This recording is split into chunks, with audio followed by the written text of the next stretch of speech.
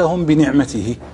سيدنا آدم تقلب بين زوايا الجنة بأثواب، ومن فضل الله تعالى على أهل الجنة أنه يسترهم بعدة أثواب. ويوم أخطأ آدم عليه السلام وأكل من الشجرة، أول عقوبة ضرب بها هي هتك الستر، فصارا يخسفان عليهما من ورق الجنة. هذه أول عقوبة. لا يوجد مخلوق في الكون يستتر غير الإنسان، بقية المخلوقات لا تستتر.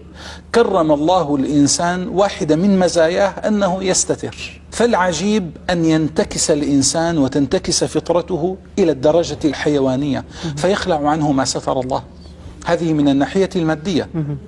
أما من الناحية المعنوية فقد جعل الله سبحانه وتعالى لابن آدم سترا، فستر ما يأكل، وستر ما يفكر، وستر مشاعره وأمره بسترها، وستر قبائح أعماله، وقال له: إن كان عندك من الأعمال الحسنة ما تستره عن الناس وتتركه لي فهو عندي عظيم.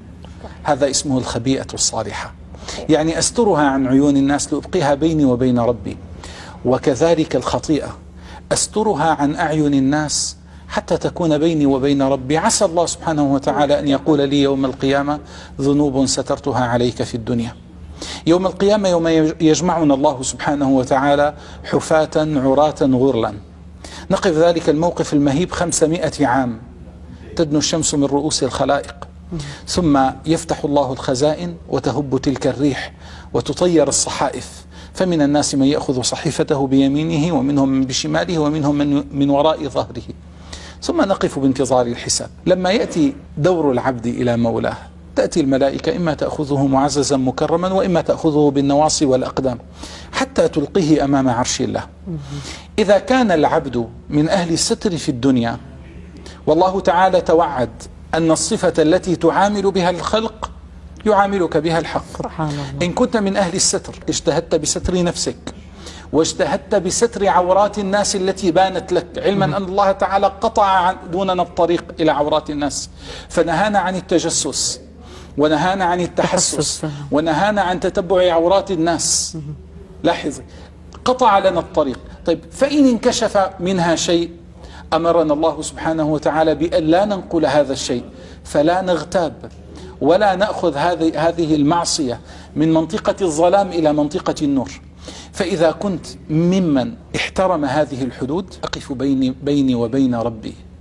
أول أمر يصدره الله سبحانه وتعالى: يؤمر بالأكناف فتلقى، لا أحد يرى ما في الداخل.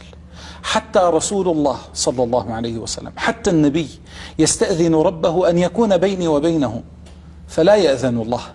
قمة في الستر. ثم يدنو الله تعالى من العبد يذكره ذنوبه: عبدي تذكر ذنب كذا، تذكر ذنب كذا، تذكر يوم قلت كذا، تذكر يوم فعلت كذا، فيقول له الله تعالى: عبدي ذنوب سترتها عليك في الدنيا واليوم أغفرها لك.